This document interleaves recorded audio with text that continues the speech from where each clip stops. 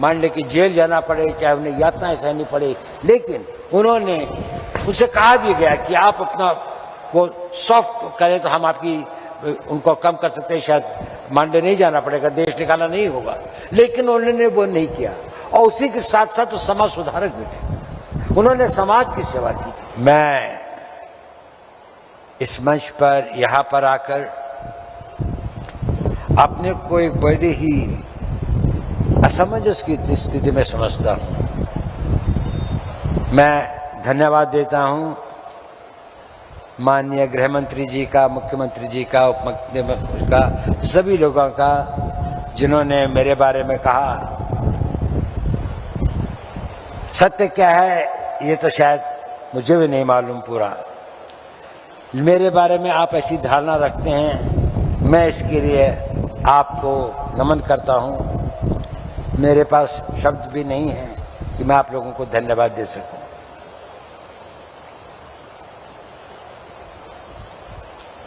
साथियों, आज एक विशेष दिन है। यह विशेष दिन है हमारे राष्ट्र के स्वतंत्रता संग्राम के प्रेषक, स्वतंत्रता संग्राम के एक अद्भुत सेनानी, फिलोसोफर, मार्गदर्शक, उनकी 106वीं पुण्यतिथि का।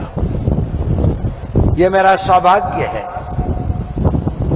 कि मैं आज पुणे में, जो उनकी कर्मभूमि थी, और आप सब लोगों को जो पुणे के निवासी हैं, उनके साथ मिलकर उनको अपने श्रद्धा सुमन और श्रद्धांजलि प्रेषित करता हूँ। मैं दिवंगत आत्मा को नमन करता हूँ और उनकी आत्मा के लिए ईश्वर से प्रार्थना करता हूँ। आज का दिन ये भी दिन है कि जब हमें स्वयं को फिर सोचने की आवश्यकता है। माननीय गृह मंत्री जी ने इस पर बल भी दिया कि उनकी प्रासंगिकता खत्म नहीं हुई है। आज भी जो उन्होंने कहा था, एक बार हर भारतीय को, विशेषकर हमारे युवाओं को ये सोचने की आवश्यकता है कि जिस मार्ग पर जो भारत की उनकी परिकल्पना थी वो क्या थी और क्या भाव था राष्ट्र निर्माण का। मैं इस पुरस्कार के लिए बहुत आभारी हूं, धन्यवाद देता हूं तिलक स्वराज संघ, लोकमान्य तिलक स्मारक ट्रस्ट को, और मैं इसे विनम्रता से स्वीकार करता हूं। मैं गौरवान्वित भी हूं और नतमस्तक भी।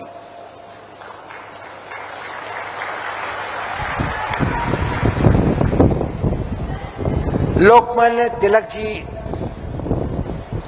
के जीवन को समझना, उनकी गहराइयों को देखना, उसके लिए उस समय के काल, उस समय के मजबूरियां, उस समय की दयनीयता को शायद हम लोग उसकी कल्पना नहीं कर पाते। विशेषकर जो हमारा युवा वर्ग है, वो सोचता है शायद भारत हमेशा ऐसा ही था, जिसे हम स्वतंत्रता कहते हैं। शायद उनको लगता है कि स्वतंत्रता केवल वह करने की जो आपकी इच्छा है। स्वतंत्रता ये नहीं थी।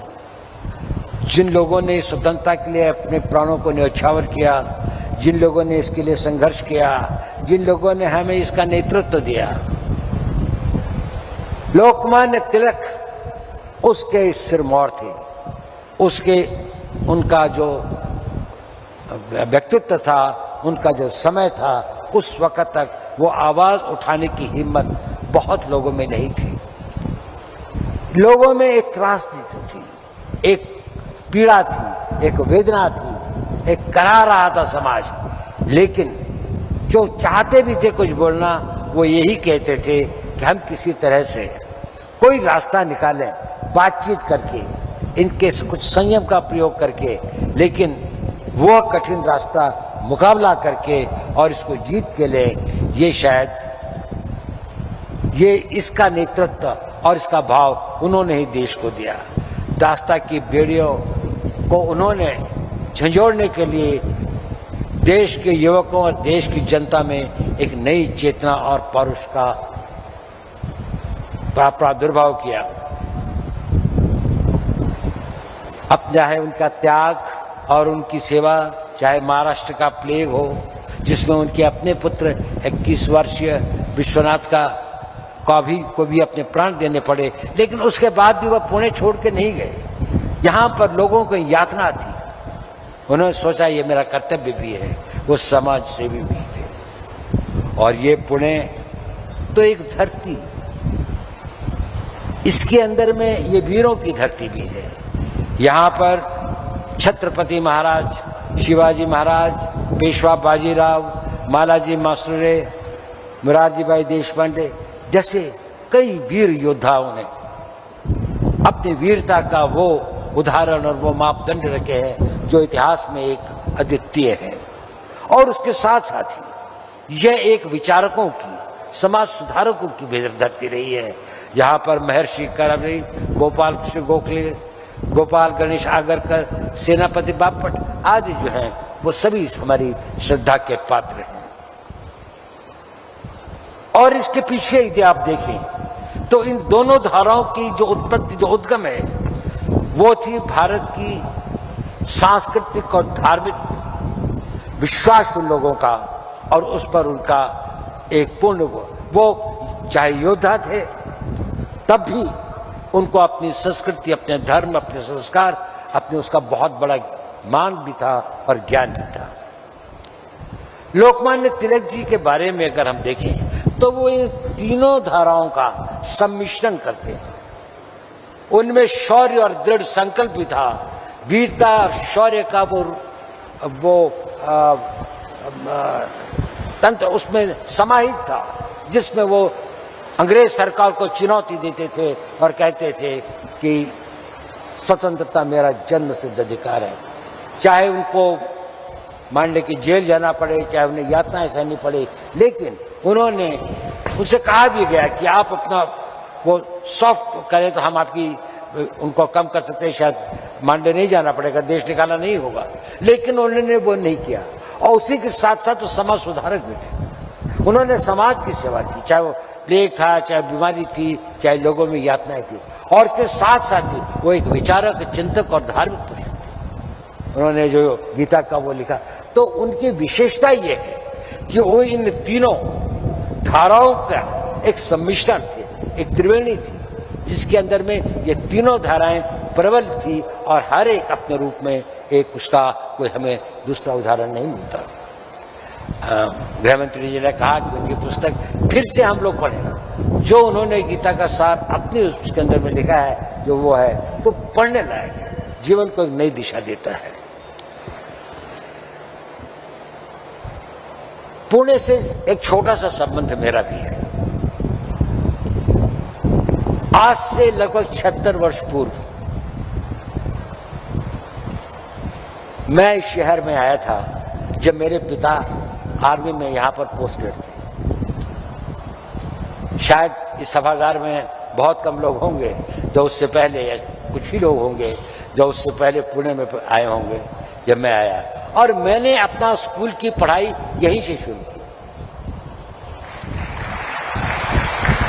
मैं लगभग 1.25 साल, 1.5 साल यहाँ रहे। उसके बाद मेरे पिताजी की ट्रांसफर दिल्ली आर्मी हेडक्वार्टर्स में हो गई, लेकिन मैं यहाँ पर रहा वो 1-1.5 साल। बहुत सारी चीजें तो मैं भूल गया, लेकिन 2 चीजें मुझे याद है।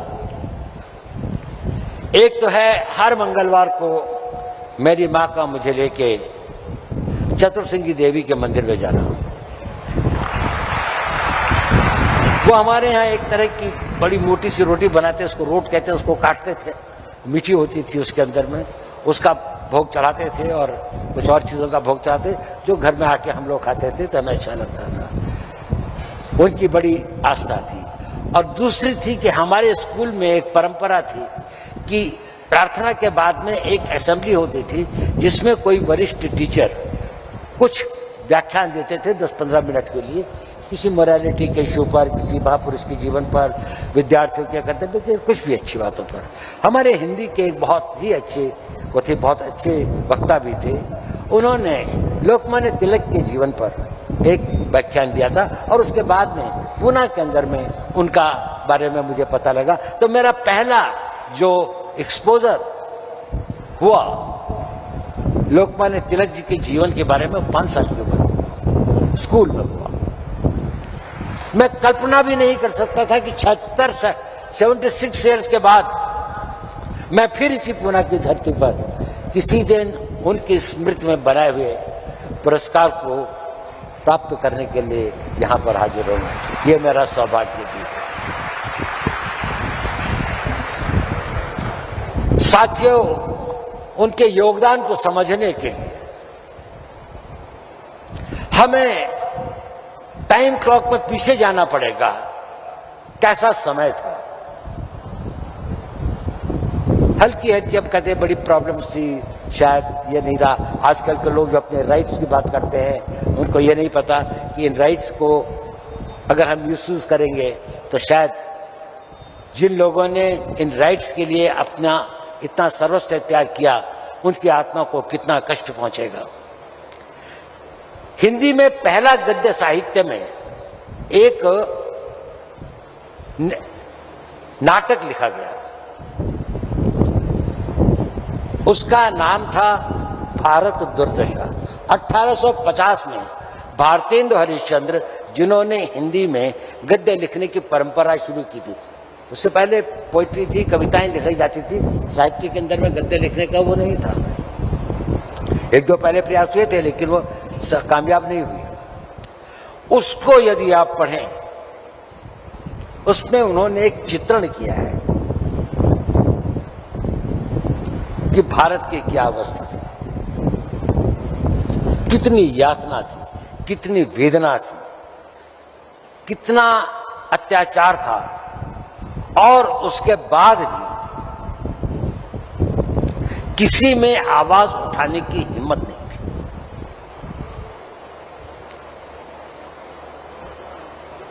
उस अत्याचार में अंग्रेजों का वो तो था ही, लेकिन उसके साथ साथ हमारा देश के भी एक वर्ग था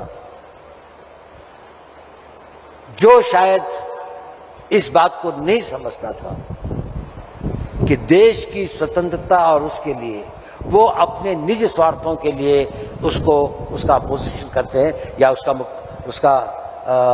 उसको स्वीकार करने को तैयार नहीं है। चाहे वो छोटे जमींदारी थी या रजवाड़े थे, ये थे, उन इलाकों में तो और भी अधिक होता। भारत की उस दुर्दशा के काल में देश के विभिन्न भागों में एक वो शुरू हुई, लेकिन एक सबसे बड़ी जो प्रारंभ हुई एक स्ट्रीम वो महाराष्ट्र में थी, और जिसका नेतृत्व जो है वो लोकमान्य तिलक जी ने किया। उन्होंने केवल ये नारा नहीं दिया कि स्वराज मेरा जन्मसिद्ध अधिकार है और मैं इसे लेकर रहूंगा।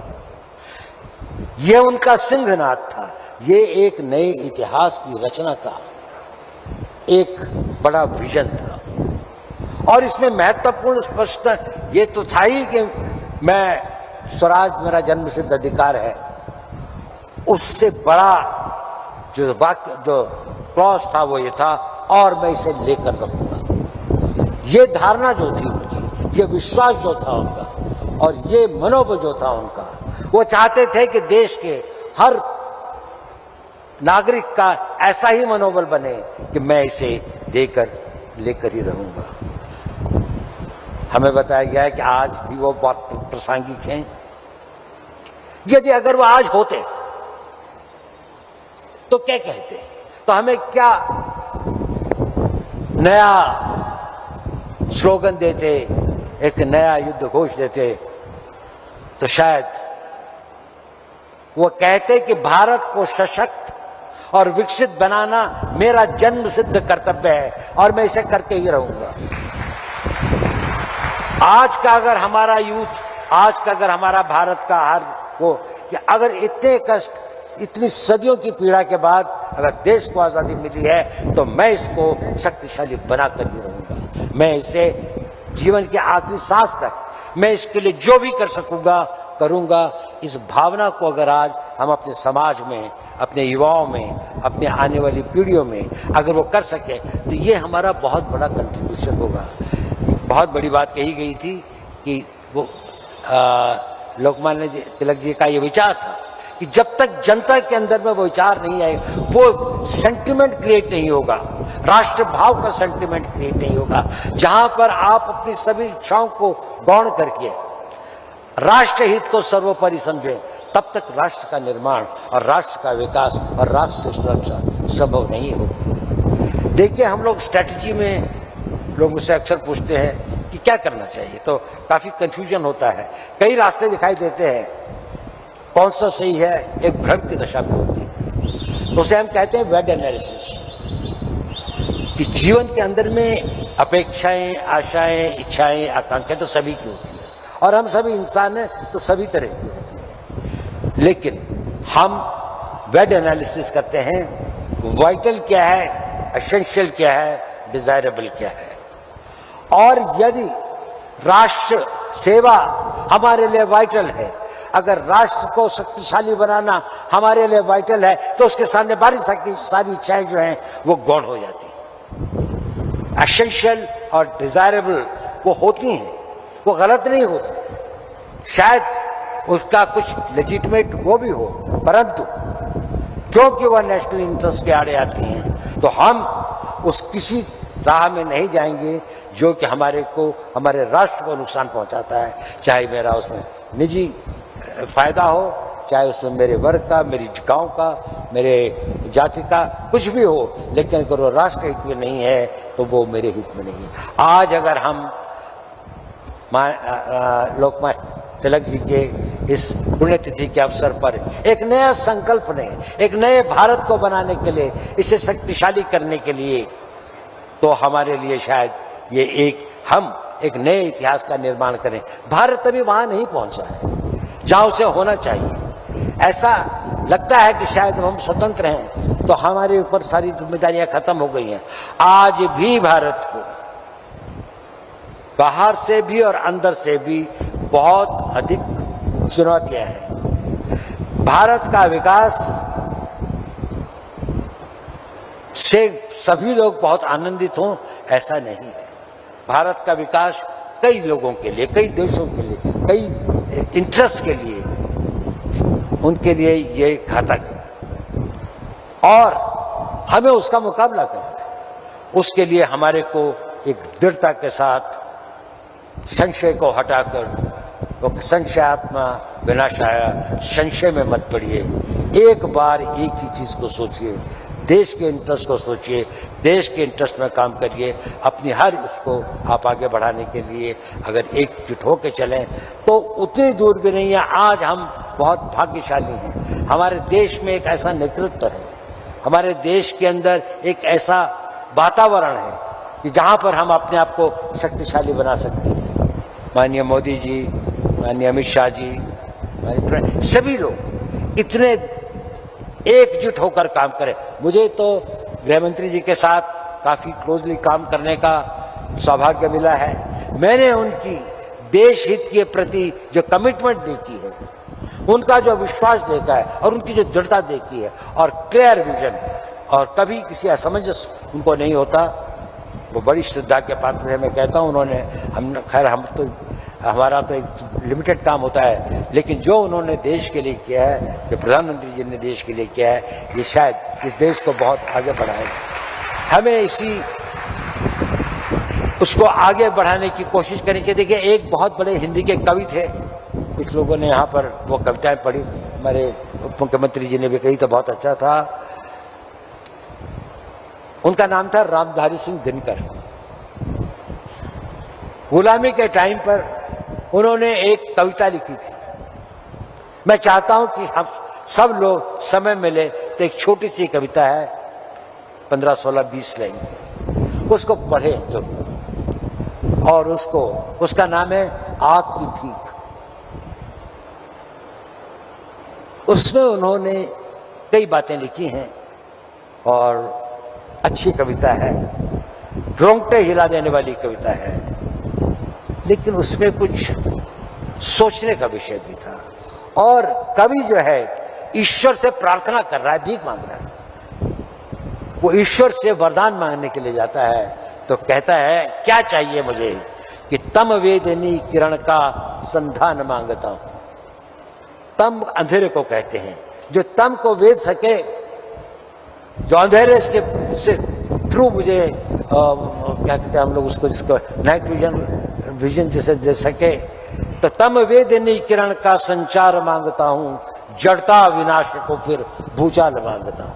ये जो जड़ भाव है जो कि आपको भ्रमित कर देते हैं, आपको उन दिशाओं में ले जाते हैं कि आप अपनी देश की, राष्ट्र की, मानवता की, समाज की जो सही दिशा है उसको छोड़कर आप निजी इंटरेस्ट की दिशा में चले जाते हैं, आप सेक्टेरियन इंटरेस्ट की दिशा में चले जाते हैं, चीप पॉपुलैरिटी में चले जाते हैं। विष का सदा लहू में संचार मांगता हूं, प्यारे स्वदेश के हित अंगार मांगता हूं। तो दिनकर की वो जो ललकार थी कि प्यारे स्वदेश के हित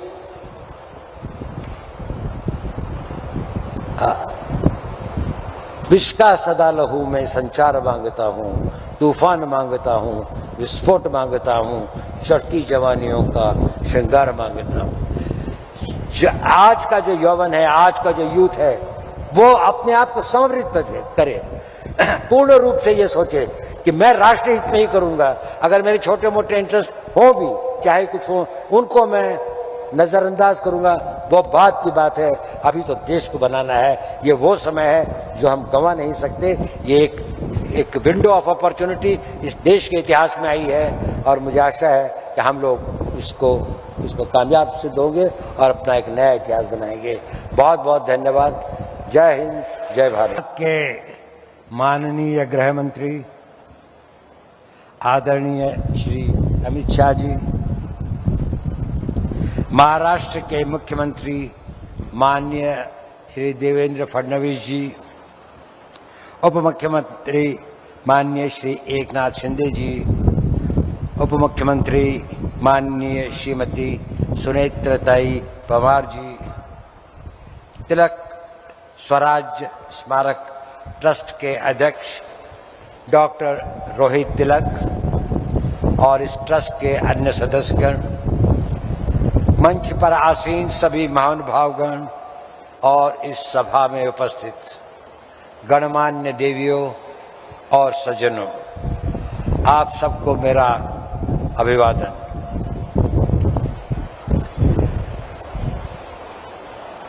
मैं इस मंच पर यहाँ पर आकर अपने को एक बड़ी ही असमंजस की स्थिति में समझता हूँ। मैं धन्यवाद देता हूँ माननीय गृह मंत्री जी का, मुख्यमंत्री जी का, उप मुख्यमंत्री का, सभी लोगों का जिन्होंने मेरे बारे में कहा। सत्य क्या है ये तो शायद मुझे भी नहीं मालूम पूरा। मेरे बारे में आप ऐसी धारणा रखते हैं, मैं इसके लिए आपको नमन करता हूं। मेरे पास शब्द भी नहीं है कि मैं आप लोगों को धन्यवाद दे सकूं।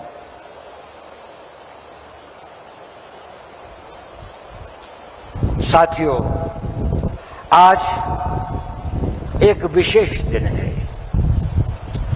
यह विशेष दिन है हमारे राष्ट्र के स्वतंत्रता संग्राम के प्रेषक, स्वतंत्रता संग्राम के एक अद्भुत सेनानी, फिलोसोफर, मार्गदर्शक, उनकी 106वीं पुण्यतिथि का।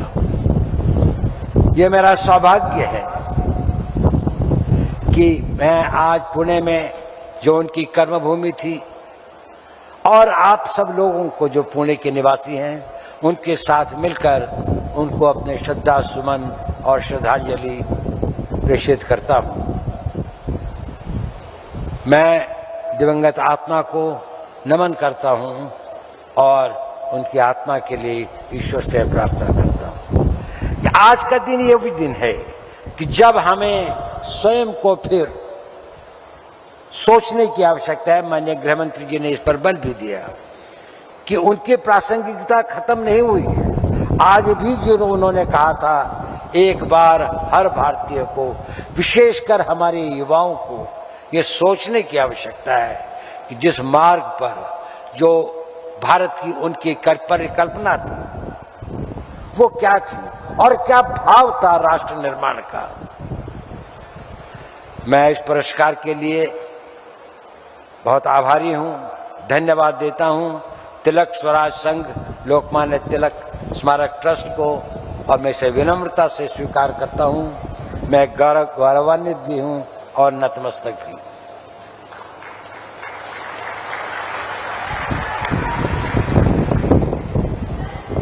लोकमान्य तिलक जी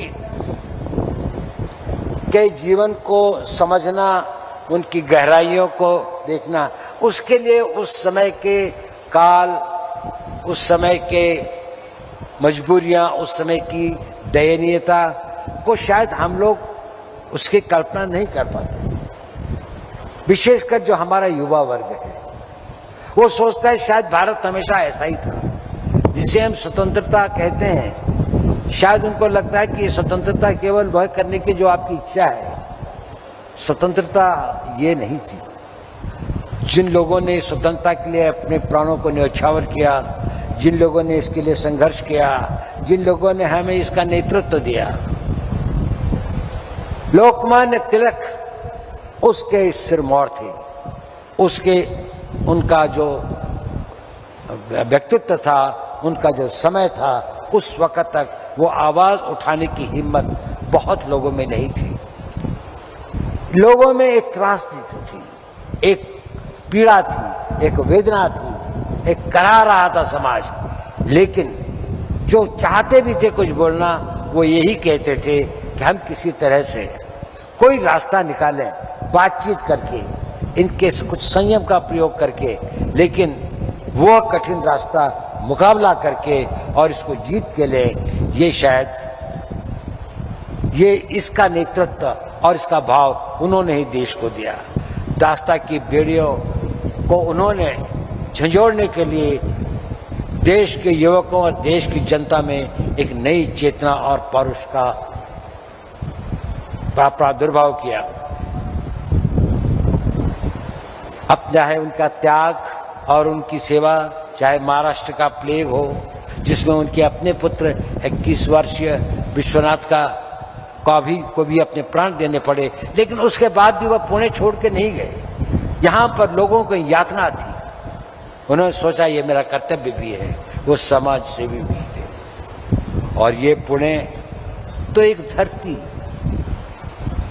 इसके अंदर में ये वीरों की धरती भी है। यहाँ पर छत्रपति महाराज, शिवाजी महाराज, पेशवा बाजीराव, मालाजी मासुरे, मुरारजी भाई देशपांडे जैसे कई वीर योद्धाओं ने अपनी वीरता का वो उदाहरण और वो मापदंड रखे हैं जो इतिहास में एक अद्वितीय है। और उसके साथ साथ ही यह एक विचारकों की, समाज सुधारकों की भी धरती रही है। यहाँ पर महर्षि करमरी, गोपाल कृष्ण गोखले, गोपाल गणेश आगरकर, सेनापति बापट आदि जो हैं, वो सभी हमारी श्रद्धा के पात्र हैं। और इसके पीछे यदि आप देखें तो इन दोनों धाराओं की जो उत्पत्ति, जो उद्गम है, वो थी भारत की सांस्कृतिक और धार्मिक विश्वास उन लोगों का, और उस पर उनका एक पूर्ण वो चाहे योद्धा थे, तब भी उनको अपनी संस्कृति, अपने धर्म, अपने संस्कार, अपने उसका बहुत बड़ा मान भी था और ज्ञान भी था। लोकमान्य तिलक जी के बारे में अगर हम देखें तो वो इन तीनों धाराओं का सम्मिश्रण करते हैं। उनमें शौर्य और दृढ़ संकल्प भी था। वीरता और शौर्य का वो तंत्र उसमें समाहित था, जिसमें वो अंग्रेज सरकार को चुनौती देते थे और कहते थे कि स्वतंत्रता मेरा जन्म सिद्ध अधिकार है। चाहे उनको मान ले कि जेल जाना पड़े, चाहे उन्हें यातनाएं सहनी पड़े, लेकिन उन्होंने उनसे कहा भी गया कि आप अपना वो सॉफ्ट करें तो हम आपकी उनको कम कर सकते हैं, शायद मांडे नहीं जाना पड़ेगा, देश निकाला नहीं होगा, लेकिन उन्होंने वो नहीं किया। और उसी के साथ साथ तो समाज सुधारक भी थे। उन्होंने समाज की सेवा की, चाहे वो प्लेग था, चाहे बीमारी थी, चाहे लोगों में यातनाएं थी। और इसके साथ साथ ही वो एक विचारक, चिंतक और धार्मिक पुरुष थे। उन्होंने जो गीता का वो लिखा, तो उनकी विशेषता ये है कि वो इन तीनों धाराओं का एक सम्मिश्रण थे, एक त्रिवेणी थी, जिसके अंदर में ये तीनों धाराएं प्रबल थी और हर एक अपने रूप में एक उसका कोई हमें दूसरा उदाहरण नहीं मिलता। गृह मंत्री जी ने कहा कि उनकी पुस्तक फिर से हम लोग पढ़ें, जो उन्होंने गीता का सार अपने उसके अंदर में लिखा है जो वो है तो पढ़ने लायक है, जीवन को एक नई दिशा देता है। पुणे से एक छोटा सा संबंध मेरा भी है। आज से लगभग 76 वर्ष पूर्व मैं इस शहर में आया था जब मेरे पिता आर्मी में यहां पर पोस्टेड थे। शायद इस सभागार में बहुत कम लोग होंगे जो उससे पहले, या कुछ ही लोग होंगे जो उससे पहले पुणे में आए होंगे जब मैं आया, और मैंने अपना स्कूल की पढ़ाई यहीं से शुरू की। मैं लगभग 1.25 साल 1.5 साल यहाँ रहे, उसके बाद मेरे पिताजी की ट्रांसफर दिल्ली आर्मी हेडक्वार्टर्स में हो गई, लेकिन मैं यहाँ पर रहा वो 1-1.5 साल। बहुत सारी चीजें तो मैं भूल गया, लेकिन 2 चीजें मुझे याद है। एक तो है हर मंगलवार को मेरी माँ का मुझे लेके चतुर्सिंगी देवी के मंदिर में जाना। वो हमारे यहाँ एक तरह की बड़ी मोटी सी रोटी बनाते, उसको रोट कहते हैं, उसको काटते थे, मीठी होती थी उसके अंदर में, उसका भोग चढ़ाते थे और कुछ और चीज़ों का भोग चढ़ाते, जो घर में आके हम लोग खाते थे तो हमें अच्छा लगता था। उनकी बड़ी आस्था थी। और दूसरी थी कि हमारे स्कूल में एक परंपरा थी कि प्रार्थना के बाद में एक असेंबली होती थी जिसमें कोई वरिष्ठ टीचर कुछ व्याख्यान देते थे 10-15 मिनट के लिए, किसी मोरालिटी के इशू पर, किसी महापुरुष के जीवन पर, विद्यार्थियों के कर्तव्य के, कुछ भी अच्छी बातों पर। हमारे हिंदी के बहुत ही अच्छे वो थे, बहुत अच्छे वक्ता भी थे।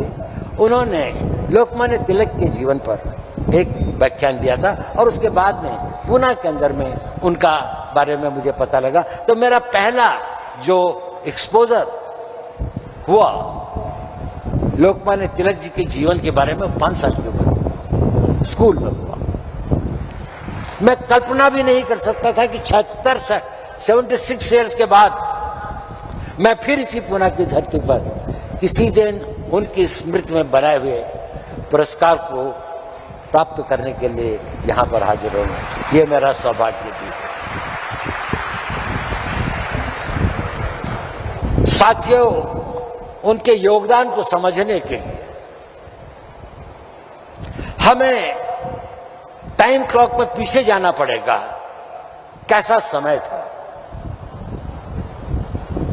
हल्की हल्की, अब कहते बड़ी प्रॉब्लम्स थी, शायद ये नहीं था। आजकल के लोग जो अपने राइट्स की बात करते हैं उनको ये नहीं पता कि इन राइट्स को अगर हम मिसयूज करेंगे तो शायद जिन लोगों ने इन राइट्स के लिए अपना इतना सर्वस्व त्याग किया उनकी आत्मा को कितना कष्ट पहुंचेगा। हिंदी में पहला गद्य साहित्य में एक नाटक लिखा गया, उसका नाम था भारत दुर्दशा। 1850 में भारतेंदु हरिश्चंद्र, जिन्होंने हिंदी में गद्य लिखने की परंपरा शुरू की थी। उससे पहले पोइट्री थी, कविताएं लिखी जाती थी, साहित्य के अंदर में गद्य लिखने का वो नहीं था। 1-2 पहले प्रयास हुए थे लेकिन वो कामयाब नहीं हुई। उसको यदि आप पढ़ें, उसमें उन्होंने एक चित्रण किया है कि भारत की क्या अवस्था थी, कितनी यातना थी, कितनी वेदना थी, कितना अत्याचार था, और उसके बाद भी किसी में आवाज उठाने की हिम्मत नहीं थी।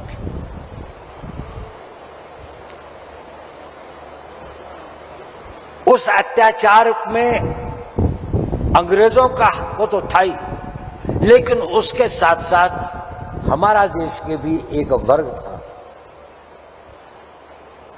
जो शायद इस बात को नहीं समझता था कि देश की स्वतंत्रता और उसके लिए वो अपने निजी स्वार्थों के लिए उसका अपोजिशन करते हैं या उसको स्वीकार करने को तैयार नहीं है। चाहे वो छोटे जमींदारी थी या रजवाड़े थे, ये थे, उन इलाकों में तो और भी अधिक होता। भारत की उस दुर्दशा के काल में देश के विभिन्न भागों में एक वो शुरू हुई, लेकिन एक सबसे बड़ी जो प्रारंभ हुई एक स्ट्रीम वो महाराष्ट्र में थी, और जिसका नेतृत्व जो है वो लोकमान्य तिलक जी ने किया। उन्होंने केवल ये नारा नहीं दिया कि स्वराज मेरा जन्म सिद्ध अधिकार है और मैं इसे लेकर रहूंगा, ये उनका सिंहनाद था। ये एक नए इतिहास की रचना का एक बड़ा विजन था, और इसमें महत्वपूर्ण स्पष्टता ये तो था ही कि मैं स्वराज मेरा जन्म सिद्ध अधिकार है, उससे बड़ा जो वाक्य जो क्लॉज था वो ये था, और मैं इसे लेकर रहूंगा। ये धारणा जो थी उनकी, ये विश्वास जो था उनका, और ये मनोबल जो था उनका, वो चाहते थे कि देश के हर नागरिक का ऐसा ही मनोबल बने कि मैं इसे लेकर ही रहूंगा। हमें बताया गया है कि आज भी वो बहुत प्रासंगिक हैं। यदि अगर वो आज होते तो क्या कहते, तो हमें क्या नया स्लोगन देते, एक नया युद्ध घोष देते, तो शायद वो कहते कि भारत को सशक्त और विकसित बनाना मेरा जन्म सिद्ध कर्तव्य है और मैं इसे करके ही रहूंगा। आज का अगर हमारा यूथ, आज का अगर हमारा भारत का हर को, कि अगर इतने कष्ट, इतनी सदियों की पीड़ा के बाद अगर देश को आजादी मिली है, तो मैं इसको शक्तिशाली बनाकर ही रहूंगा। मैं इसे जीवन के आखिरी सांस तक मैं इसके लिए जो भी कर सकूंगा करूंगा। इस भावना को अगर आज हम अपने समाज में, अपने युवाओं में, अपने आने वाली पीढ़ियों में अगर वो कर सके, तो ये हमारा बहुत बड़ा कंट्रीब्यूशन होगा। बहुत बड़ी बात कही गई थी कि वो लोकमान्य तिलक जी का ये विचार था कि जब तक जनता के अंदर में वो विचार नहीं आए, वो सेंटिमेंट क्रिएट नहीं होगा, राष्ट्रभाव का सेंटिमेंट क्रिएट नहीं होगा, जहां पर आप अपनी सभी इच्छाओं को गौण करके राष्ट्र हित को सर्वोपरि समझें, तब तक राष्ट्र का निर्माण और राष्ट्र का विकास और राष्ट्र से सुरक्षा संभव नहीं होगी। देखिए, हम लोग स्ट्रैटेजी में लोग मुझसे अक्सर पूछते हैं कि क्या करना चाहिए, तो काफी कंफ्यूजन होता है, कई रास्ते दिखाई देते हैं, कौन सा सही है, एक भ्रम की दशा में होती है। तो उसे हम कहते हैं वेड एनालिसिस, कि जीवन के अंदर में अपेक्षाएं, आशाएं, इच्छाएं, आकांक्षाएं तो सभी की होती है, और हम सभी इंसान हैं तो सभी तरह की होती है, लेकिन हम वेड एनालिसिस करते हैं, वाइटल क्या है, एसेंशियल क्या है, डिजायरेबल क्या है। और यदि राष्ट्र सेवा हमारे लिए वाइटल है, अगर राष्ट्र को शक्तिशाली बनाना हमारे लिए वाइटल है, तो उसके सामने सारी इच्छाएं जो हैं वो गौण हो जाती हैं। एसेंशियल और डिजायरेबल वो होती हैं, वो गलत नहीं होती, शायद उसका कुछ लेजिटिमेट वो भी हो, परंतु क्योंकि वह नेशनल इंटरेस्ट के आड़े आती हैं, तो हम उस किसी राह में नहीं जाएंगे जो कि हमारे राष्ट्र को नुकसान पहुंचाता है, चाहे मेरा उसमें निजी फायदा हो, चाहे उसमें मेरे वर्ग का, मेरी गांव का, मेरे जाति का कुछ भी हो, लेकिन अगर वो राष्ट्र हित में नहीं है तो वो मेरे हित में नहीं है। आज अगर हम लोकमान्य तिलक जी के इस पुण्यतिथि के अवसर पर एक नया संकल्प ने, एक नए भारत को बनाने के लिए, इसे शक्तिशाली करने के लिए, तो हमारे लिए शायद ये हम एक नए इतिहास का निर्माण करें। भारत अभी वहां नहीं पहुंचा है जहां उसे होना चाहिए। ऐसा लगता है कि शायद हम स्वतंत्र हैं तो हमारे ऊपर सारी जिम्मेदारियां खत्म हो गई हैं। आज भी भारत को बाहर से भी और अंदर से भी बहुत अधिक चुनौतियां हैं। भारत का विकास से सभी लोग बहुत आनंदित हों ऐसा नहीं है। भारत का विकास कई लोगों के लिए, कई देशों के लिए, कई इंटरेस्ट के लिए, उनके लिए ये घातक है और हमें उसका मुकाबला करना है। उसके लिए हमारे को एक दृढ़ता के साथ संशय को हटाकर वो संशयात्मा विनाशाय, संशय में मत पड़िए। एक बार एक ही चीज को सोचिए, देश के इंटरेस्ट को सोचिए, देश के इंटरेस्ट में काम करिए। अपनी हर उसको आप आगे बढ़ाने के लिए अगर एकजुट होकर चलें तो उतनी दूर भी नहीं है। आज हम बहुत भाग्यशाली हैं, हमारे देश में एक ऐसा नेतृत्व है, हमारे देश के अंदर एक ऐसा वातावरण है कि जहां पर हम अपने आप को शक्तिशाली बना सकते हैं। माननीय मोदी जी, माननीय अमित शाह जी, हमारे फ्रेंड, सभी लोग इतने एकजुट होकर काम करें। मुझे तो गृह मंत्री जी के साथ काफी क्लोजली काम करने का सौभाग्य मिला है। मैंने उनकी देश हित के प्रति जो कमिटमेंट देखी है, उनका जो विश्वास देखा है और उनकी जो दृढ़ता देखी है और क्लियर विजन, और कभी किसी असमंजस उनको नहीं होता, वो बड़ी श्रद्धा के पात्र है। मैं कहता हूँ उन्होंने, हम हमारा तो एक लिमिटेड काम होता है, लेकिन जो उन्होंने देश के लिए किया है, जो प्रधानमंत्री जी ने देश के लिए किया है, ये शायद इस देश को बहुत आगे बढ़ाएगा। हमें इसी उसको आगे बढ़ाने की कोशिश करनी चाहिए। देखिए, एक बहुत बड़े हिंदी के कवि थे, कुछ लोगों ने यहाँ पर वो कविताएं पढ़ी, हमारे उप मुख्यमंत्री जी ने भी कही तो बहुत अच्छा था। उनका नाम था रामधारी सिंह दिनकर। गुलामी के टाइम पर उन्होंने एक कविता लिखी थी। मैं चाहता हूं कि हम सब लोग समय मिले तो एक छोटी सी कविता है, 15, 16, 20 लाइन की, उसको पढ़ें जो, और उसका नाम है आग की भीख। उसमें उन्होंने कई बातें लिखी हैं और अच्छी कविता है, रोंगटे हिला देने वाली कविता है, लेकिन उसमें कुछ सोचने का विषय भी था। और कवि जो है ईश्वर से प्रार्थना कर रहा है, भीख मांग रहा है। वो ईश्वर से वरदान मांगने के लिए जाता है तो कहता है, क्या चाहिए मुझे कि तम वेदनी किरण का संधान मांगता हूं। तम अंधेरे को कहते हैं, जो तम को वेद सके, जो अंधेरे से थ्रू मुझे क्या कहते हैं हम लोग उसको, जिसको नाइट विजन जिसे दे सके, तो तम वेदनी किरण का संचार मांगता हूं, जड़ता विनाश को फिर भूचाल मांगता हूं।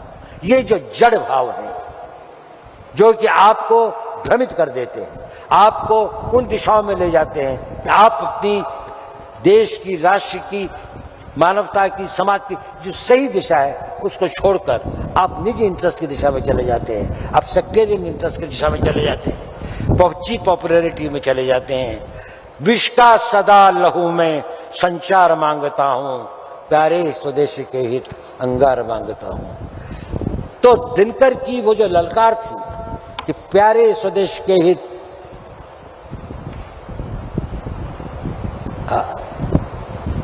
विष का सदा लहू में संचार मांगता हूं, तूफान मांगता हूं, विस्फोट मांगता हूं, चढ़ती जवानियों का श्रृंगार मांगता हूं। आज का जो यौवन है, आज का जो यूथ है, वो अपने आप को समर्पित करे, पूर्ण रूप से ये सोचे कि मैं राष्ट्र हित में ही करूंगा।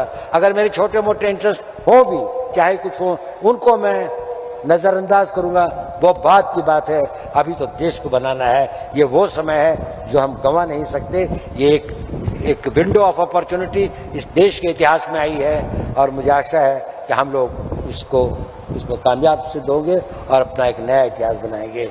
बहुत बहुत धन्यवाद। जय हिंद, जय भारत। के माननीय गृह मंत्री आदरणीय श्री अमित शाह जी,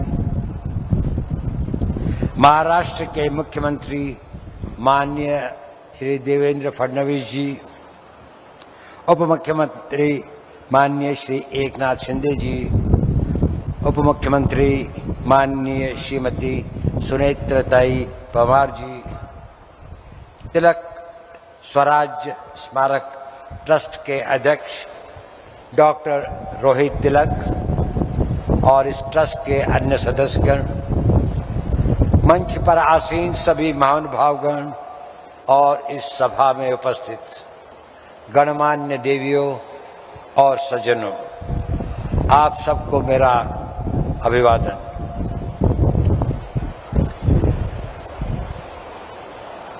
मैं इस मंच पर यहाँ पर आकर अपने को एक बड़ी ही असमंजस की स्थिति में समझता हूँ। मैं धन्यवाद देता हूँ माननीय गृह मंत्री जी का, मुख्यमंत्री जी का, उप मुख्यमंत्री का, सभी लोगों का जिन्होंने मेरे बारे में कहा। सत्य क्या है ये तो शायद मुझे भी नहीं मालूम पूरा। मेरे बारे में आप ऐसी धारणा रखते हैं, मैं इसके लिए आपको नमन करता हूं। मेरे पास शब्द भी नहीं है कि मैं आप लोगों को धन्यवाद दे सकूं।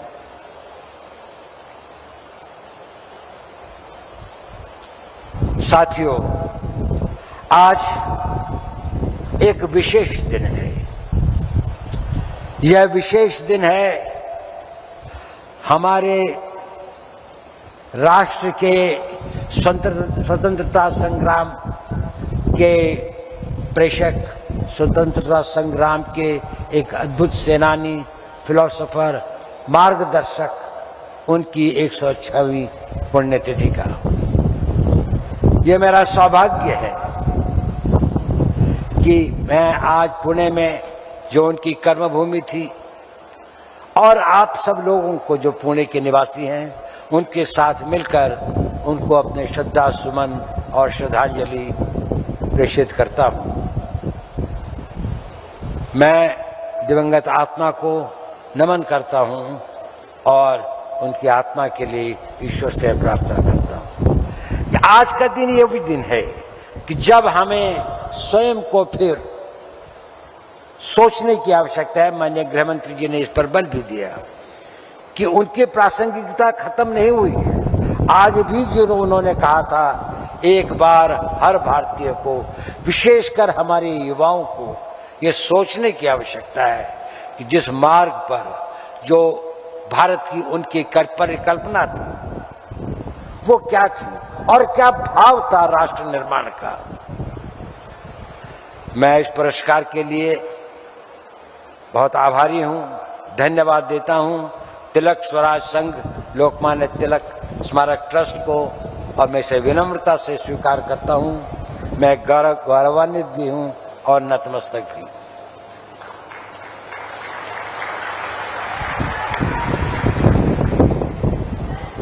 लोकमान्य तिलक जी के जीवन को समझना, उनकी गहराइयों को देखना, उसके लिए उस समय के काल, उस समय के मजबूरियां, उस समय की दयनीयता को शायद हम लोग उसकी कल्पना नहीं कर पाते।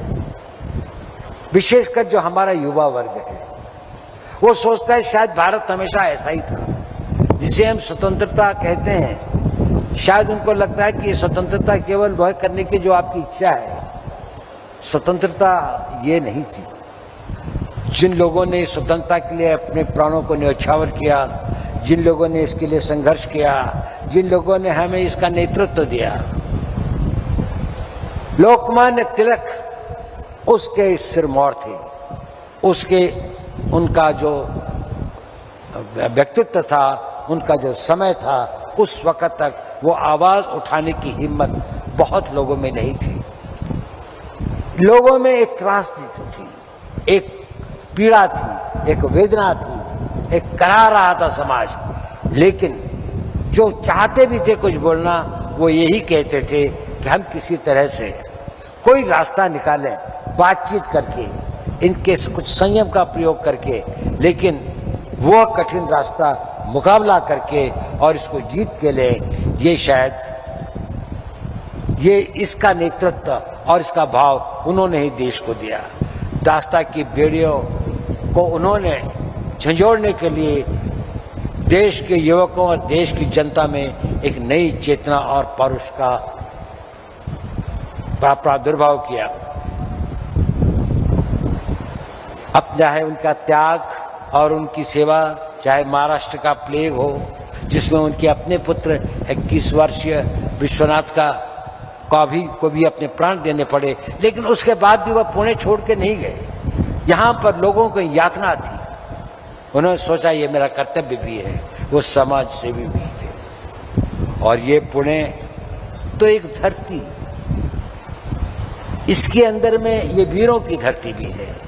यहाँ पर छत्रपति महाराज, शिवाजी महाराज, पेशवा बाजीराव, मालाजी मासुरे, मुरारजी भाई देशपांडे जैसे कई वीर योद्धाओं ने अपनी वीरता का वो उदाहरण और वो मापदंड रखे हैं जो इतिहास में एक अद्वितीय है। और उसके साथ साथ ही यह एक विचारकों की, समाज सुधारकों की भी धरती रही है, जहाँ पर महर्षि करमरी, गोपाल कृष्ण गोखले, गोपाल गणेश आगरकर, सेनापति बापट आदि जो हैं वो सभी हमारी श्रद्धा के पात्र हैं। और इसके पीछे यदि आप देखें तो इन दोनों धाराओं की जो उत्पत्ति, जो उद्गम है, वो थी भारत की सांस्कृतिक और धार्मिक विश्वास उन लोगों का, और उस पर उनका एक पूर्ण वो चाहे योद्धा थे तब भी उनको अपनी संस्कृति, अपने धर्म, अपने संस्कार, अपने उसका बहुत बड़ा मान भी था और ज्ञान भी था। लोकमान्य तिलक जी के बारे में अगर हम देखें तो वो इन तीनों धाराओं का सम्मिश्रण करते हैं। उनमें शौर्य और दृढ़ संकल्प भी था, वीरता और शौर्य का वो तंत्र उसमें समाहित था, जिसमें वो अंग्रेज सरकार को चुनौती देते थे और कहते थे कि स्वतंत्रता मेरा जन्म सिद्ध अधिकार है।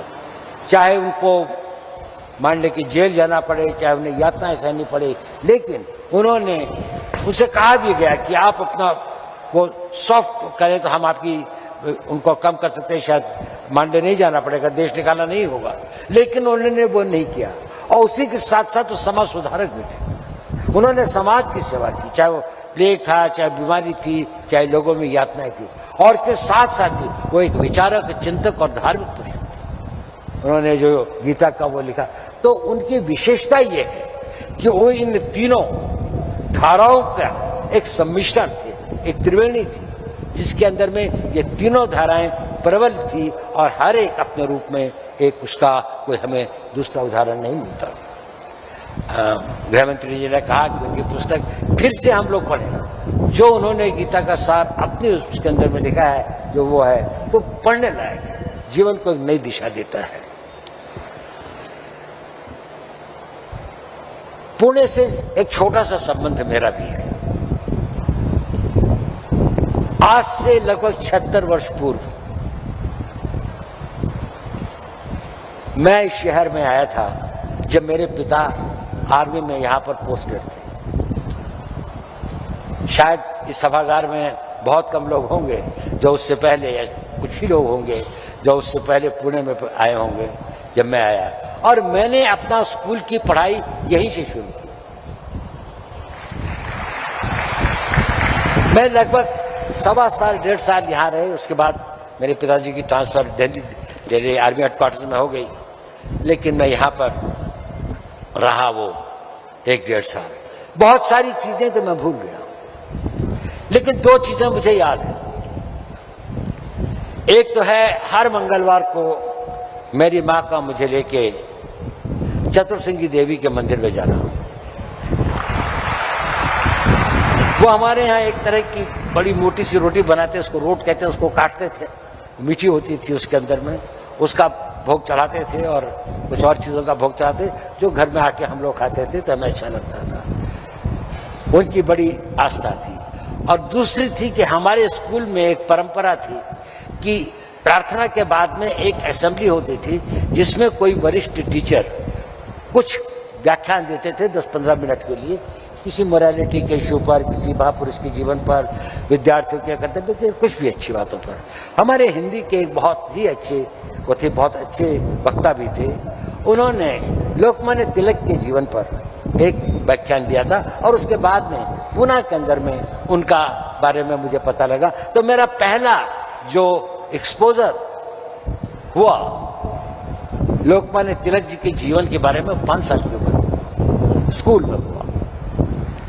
मैं कल्पना भी नहीं कर सकता था कि 76 ईयर्स के बाद मैं फिर इसी पुणे की धरती पर किसी दिन उनकी स्मृति में बनाए हुए पुरस्कार को प्राप्त करने के लिए यहाँ पर हाजिर हूँ।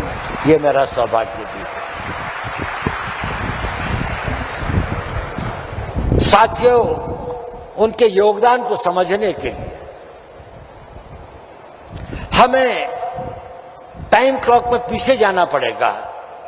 कैसा समय था, हल्की हल्की अब कहते बड़ी प्रॉब्लम्स थी, शायद ये नहीं था। आजकल के लोग जो अपने राइट्स की बात करते हैं उनको ये नहीं पता कि इन राइट्स को अगर हम मिसयूज करेंगे तो शायद जिन लोगों ने इन राइट्स के लिए अपना इतना सर्वस्व त्याग किया उनकी आत्मा को कितना कष्ट पहुंचेगा। हिंदी में पहला गद्य साहित्य में एक नाटक लिखा गया,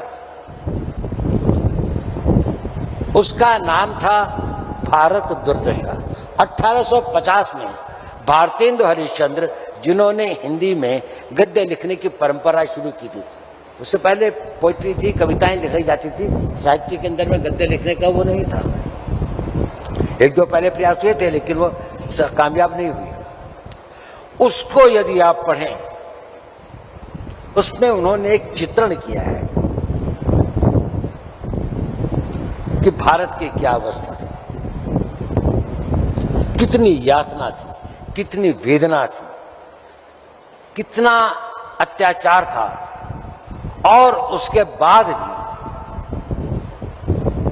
किसी में आवाज उठाने की हिम्मत नहीं थी।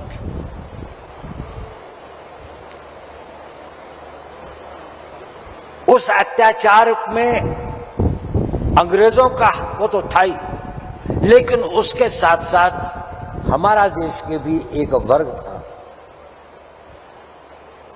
जो शायद इस बात को नहीं समझता था कि देश की स्वतंत्रता और उसके लिए वो अपने निज स्वार्थों के लिए उसका अपोजिशन करते हैं या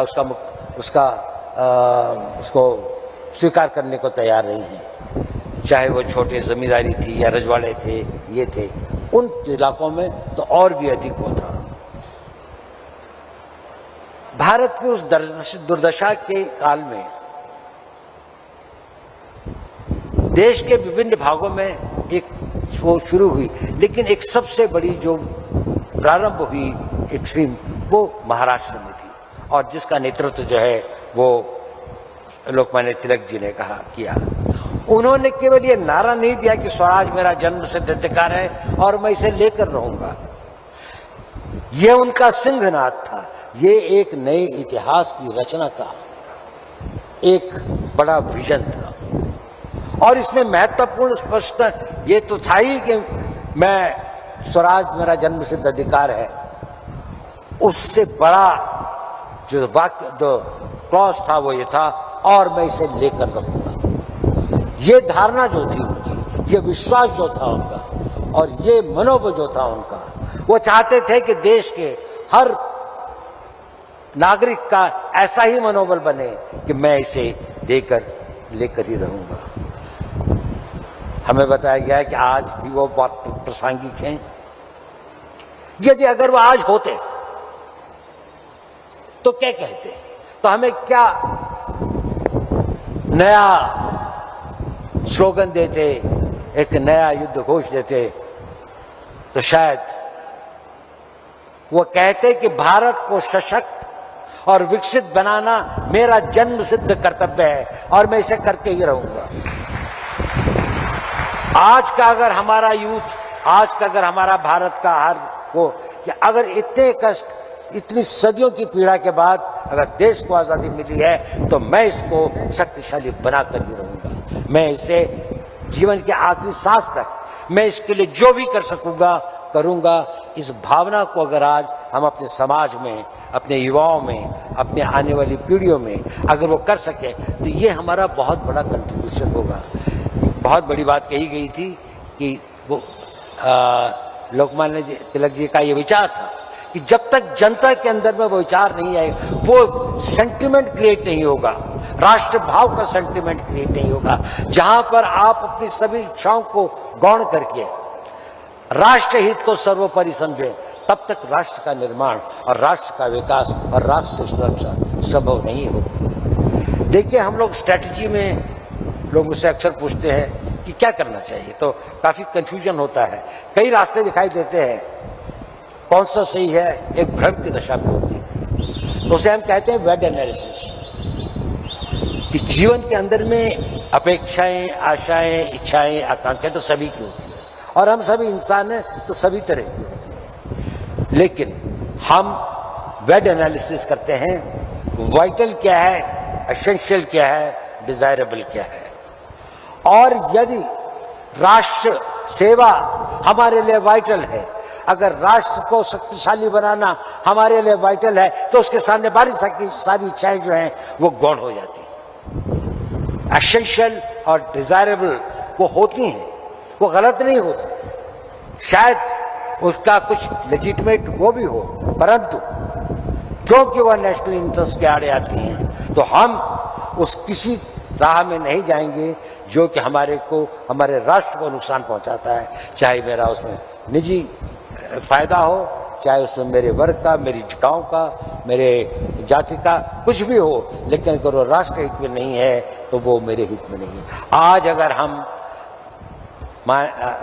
लोकमान्य तिलक जी के इस पुण्यतिथि के अवसर पर एक नया संकल्प लें, एक नए भारत को बनाने के लिए, इसे शक्तिशाली करने के लिए, तो हमारे लिए शायद ये हम एक नए इतिहास का निर्माण करें।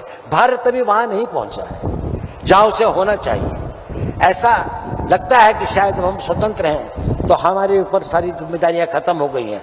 आज भी भारत को बाहर से भी और अंदर से भी बहुत अधिक चुनौतियां हैं। भारत का विकास से सभी लोग बहुत आनंदित हों ऐसा नहीं है। भारत का विकास कई लोगों के लिए, कई देशों के लिए, कई इंटरेस्ट के लिए, उनके लिए ये घातक है और हमें उसका मुकाबला करना है। उसके लिए हमारे को एक दृढ़ता के साथ संशय को हटाकर, तो संशयात्मा विनाशाय, संशय में मत पड़िए। एक बार एक ही चीज को सोचिए, देश के इंटरेस्ट को सोचिए, देश के इंटरेस्ट में काम करिए। अपनी हर उसको आप आगे बढ़ाने के लिए अगर एकजुट होकर चलें तो उतनी दूर भी नहीं है। आज हम बहुत भाग्यशाली हैं, हमारे देश में एक ऐसा नेतृत्व है, हमारे देश के अंदर एक ऐसा वातावरण है कि जहां पर हम अपने आप को शक्तिशाली बना सकते हैं।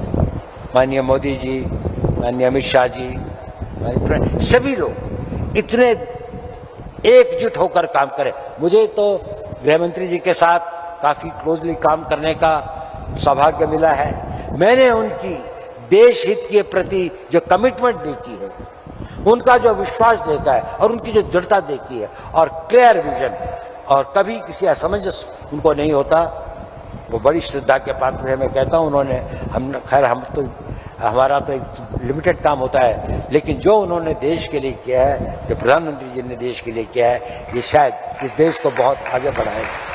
हमें उसको आगे बढ़ाने की कोशिश करनी चाहिए। देखिए, एक बहुत बड़े हिंदी के कवि थे, कुछ लोगों ने यहाँ पर वो कविताएं पढ़ी, हमारे उप मुख्यमंत्री जी ने भी कही तो बहुत अच्छा था। उनका नाम था रामधारी सिंह दिनकर। गुलामी के टाइम पर उन्होंने एक कविता लिखी थी।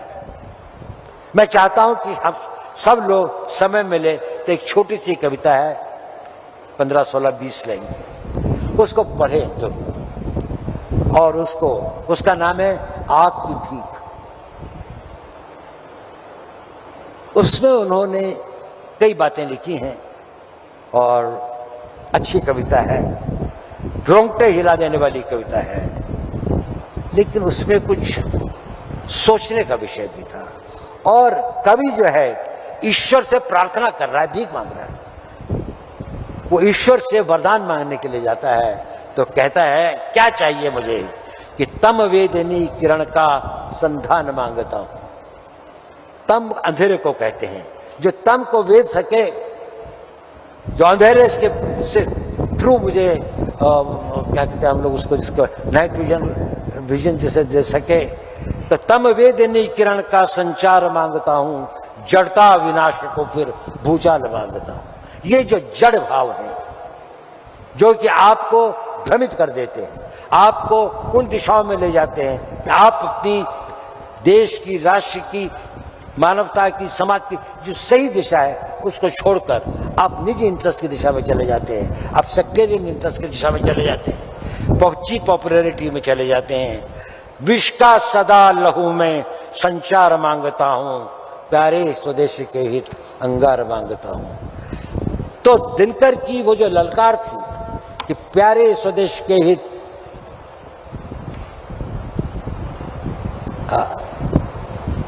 विष का सदा लहू में संचार मांगता हूं, तूफान मांगता हूं, विस्फोट मांगता हूं, चढ़ती जवानियों का श्रृंगार मांगता हूं। आज का जो यौवन है, आज का जो यूथ है, वो अपने आप को समर्पित करे, पूर्ण रूप से ये सोचे कि मैं राष्ट्र हित में ही करूंगा।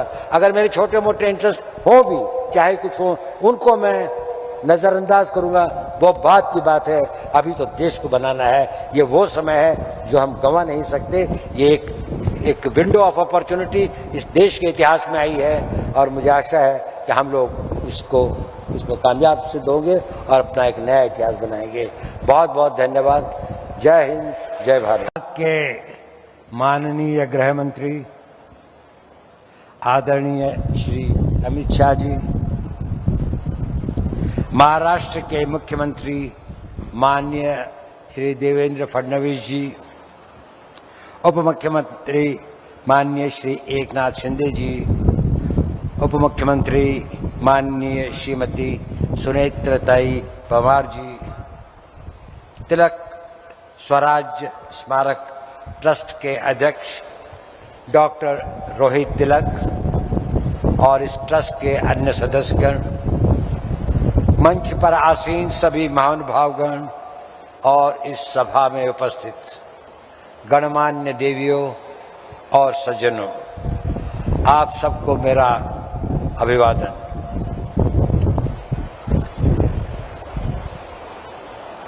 मैं इस मंच पर यहाँ पर आकर अपने को एक बड़ी ही असमंजस की स्थिति में समझता हूँ।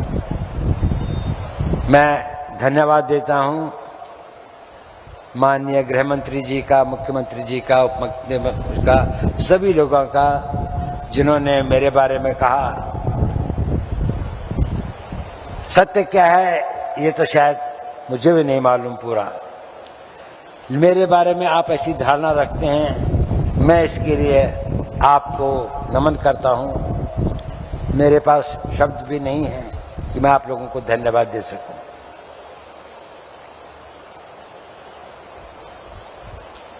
साथियों, आज एक विशेष दिन है।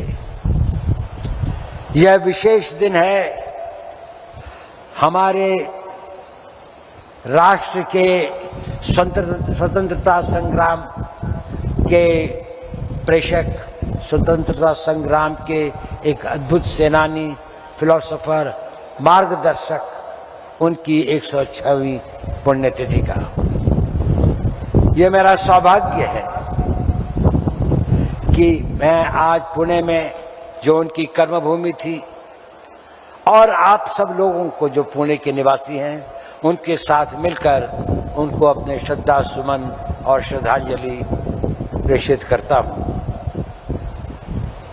मैं दिवंगत आत्मा को नमन करता हूँ और उनकी आत्मा के लिए ईश्वर से प्रार्थना करता हूँ। आज का दिन ये भी दिन है कि जब हमें स्वयं को फिर सोचने की आवश्यकता है। माननीय गृह मंत्री जी ने इस पर बल भी दिया कि उनकी प्रासंगिकता खत्म नहीं हुई है। आज भी जो उन्होंने कहा था, एक बार हर भारतीय को, विशेषकर हमारे युवाओं को, ये सोचने की आवश्यकता है कि जिस मार्ग पर जो भारत की उनकी परिकल्पना थी वो क्या थी और क्या भाव था राष्ट्र निर्माण का।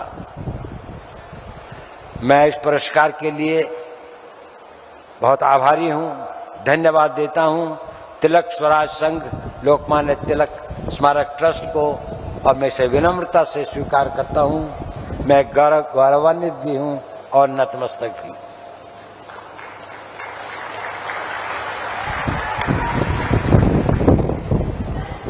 लोकमान्य तिलक जी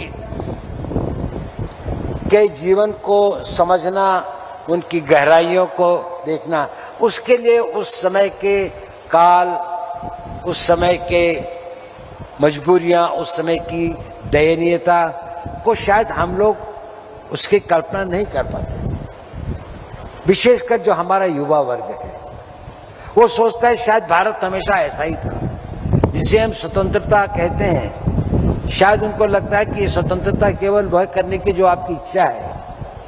स्वतंत्रता ये नहीं थी। जिन लोगों ने स्वतंत्रता के लिए अपने प्राणों को न्यौछावर किया, जिन लोगों ने इसके लिए संघर्ष किया, जिन लोगों ने हमें इसका नेतृत्व दिया, लोकमान्य तिलक उसके सिरमौर थे। उसके उनका जो व्यक्तित्व था, उनका जो समय था, उस वक्त तक वो आवाज उठाने की हिम्मत बहुत लोगों में नहीं थी। लोगों में एक त्रासदी थी, एक पीड़ा थी, एक वेदना थी, एक करा रहा था समाज। लेकिन जो चाहते भी थे कुछ बोलना, वो यही कहते थे कि हम किसी तरह से कोई रास्ता निकालें, बातचीत करके, इनके कुछ संयम का प्रयोग करके, लेकिन वो कठिन रास्ता मुकाबला करके और इसको जीत के ले। ये शायद ये इसका नेतृत्व और इसका भाव उन्होंने ही देश को दिया। दास्ता की बेड़ियों को उन्होंने झंझोड़ने के लिए देश के युवकों और देश की जनता में एक नई चेतना और पौरुष का प्रादुर्भाव किया। अब चाहे उनका त्याग और उनकी सेवा, चाहे महाराष्ट्र का प्लेग हो, जिसमें उनके अपने पुत्र 21 वर्षीय विश्वनाथ को भी अपने प्राण देने पड़े, लेकिन उसके बाद भी वह पुणे छोड़ के नहीं गए। यहाँ पर लोगों को यातना थी, उन्होंने सोचा ये मेरा कर्तव्य भी है। वो समाज सेवी भी थे। और ये पुणे तो एक धरती,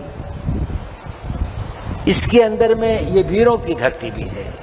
यहाँ पर छत्रपति महाराज, शिवाजी महाराज, पेशवा बाजीराव, मालाजी मासुरे, मुरारजी भाई देशपांडे जैसे कई वीर योद्धाओं ने अपनी वीरता का वो उदाहरण और वो मापदंड रखे हैं जो इतिहास में एक अद्वितीय है। और उसके साथ साथ ही यह एक विचारकों की, समाज सुधारकों की भी धरती रही है। यहाँ पर महर्षि करमरी, गोपाल कृष्ण गोखले, गोपाल गणेश आगरकर, सेनापति बापट आदि जो हैं वो सभी हमारी श्रद्धा के पात्र हैं।